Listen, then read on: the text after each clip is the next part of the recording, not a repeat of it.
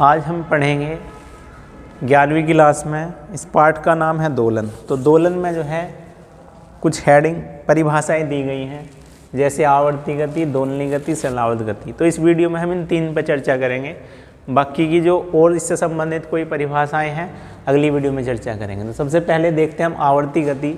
जब कोई वस्तु एक निश्चित समयांतराल के पश्चात एक निश्चित पथ पर बार बार अपनी गति को दोहराती है तो उसकी गति आवर्ती गति कहलाती है। जब कोई वस्तु एक निश्चित समयांतराल के पश्चात एक निश्चित पथ पर बार बार अपनी गति को दोहराती है उसकी गति आवर्ती गति कहलाती है। जैसे लोलक की गति, घड़ी की सुइयों की गति। घड़ी की सुइयों की गति जो है बार बार अपनी आवर्ती को दोहराती रहती है, चाहे घंटे वाली हो, चाहे मिनट वाली हो, चाहे सेकंड वाली हो, तो उसकी गति जो है एक तरह से आवर्ती गति होती है। फिर इसके बाद आता है दोलनी गति या कंपनिक गति किसे कहते हैं। जब कोई वस्तु एक निश्चित पथ पर एक नियत बिंदु के, मान लीजिए जब कोई वस्तु एक निश्चित पथ पर एक नियत बिंदु, यानी कि वो बिंदु जो है उसका कांस्टेंट होना चाहिए, बिंदु के इधर उधर एक निश्चित समयांतराल के बाद बार बार अपनी गति को दोहराती है तो वस्तु की गति दोलनी या कंपनिक गति कहलाती है। जैसे मान लिया घड़ी में जो है एक पेंडुलम लगा होता है, वो बार बार अपनी गति को दोहराता रहता है तो उसकी दोलनी गति होती है। मान लिया कोई कण किसी के चारों ओर कंपन कर रहा है तो उसकी गति जो है वो कंपनिक गति होगी। फिर आता है इसके बाद सरलावर्त गति। जब कोई कण अपनी साम्य स्थिति के इधर उधर एक सरल रेखा में इस प्रकार गति करता है कि उस पर कार्य करने वाला प्रत्यानयन बल प्रत्येक स्थिति में नापे गए विस्थापन के अनुक्रमानुपाती हो तथा उसकी दिशा साम्य स्थिति की ओर दिष्ट हो तो कण की गति सरल आवर्त गति कहलाती है। तो कण की गति सरल आवर्त गति कहलाती है।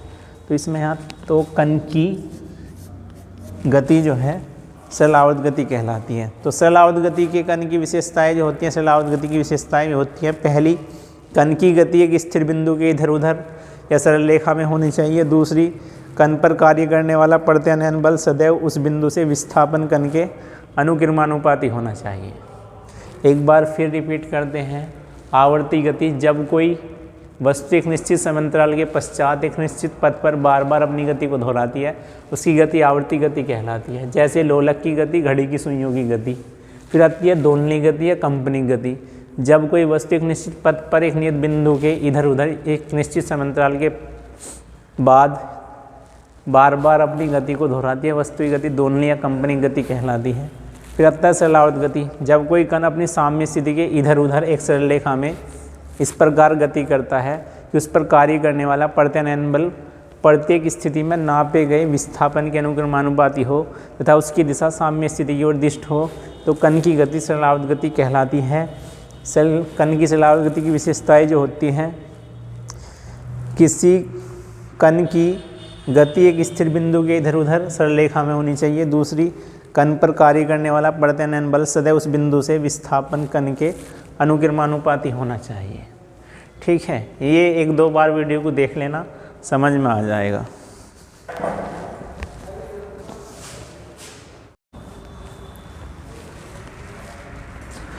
आज हम पढ़ेंगे 11वीं क्लास में। इस पाठ का नाम है दोलन। तो दोलन में जो है कुछ हेडिंग परिभाषाएं दी गई हैं, जैसे आवर्ती गति, दोलनी गति, सरलावर्त गति। तो इस वीडियो में हम इन तीन पर चर्चा करेंगे।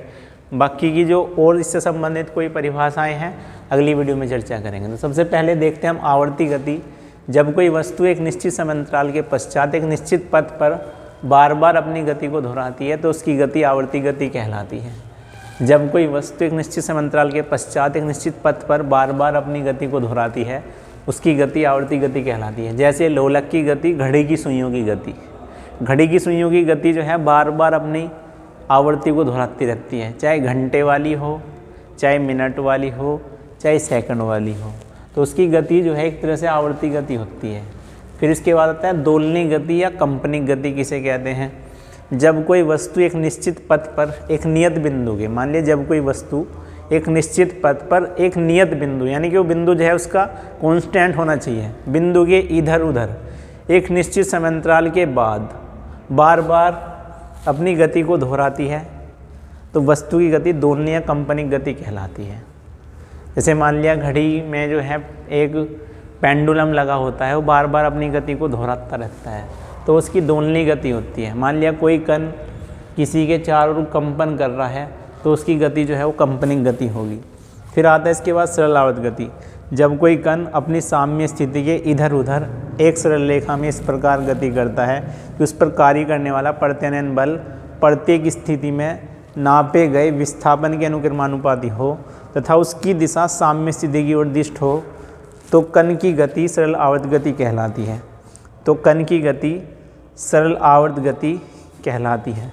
तो इसमें यहाँ तो कण की गति जो है सरल आवर्त गति कहलाती है। तो सरल आवर्त गति के कण की विशेषताएं जो होती हैं, सरल आवर्त गति की विशेषताएं होती हैं, पहली, कण की गति एक स्थिर बिंदु के इधर उधर या सरल रेखा में होनी चाहिए। दूसरी, कण पर कार्य करने वाला प्रत्यानयन बल सदैव उस बिंदु से विस्थापन कण के अनुक्रमानुपाती होना चाहिए। एक बार फिर रिपीट करते हैं।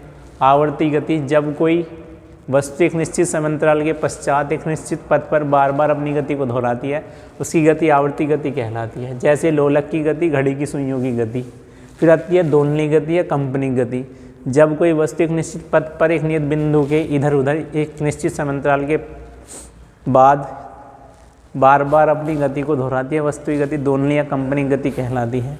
फिर आता है सरल आवर्त गति। जब कोई कण अपनी साम्य स्थिति के इधर उधर एक सरल रेखा में इस प्रकार गति करता है कि उस पर कार्य करने वाला प्रत्यानयन बल प्रत्येक स्थिति में नापे गए विस्थापन के अनुक्रमानुपाती हो तथा उसकी दिशा साम्य स्थिति की ओर दिष्ट हो, तो कण की गति सरल आवर्त गति कहलाती है।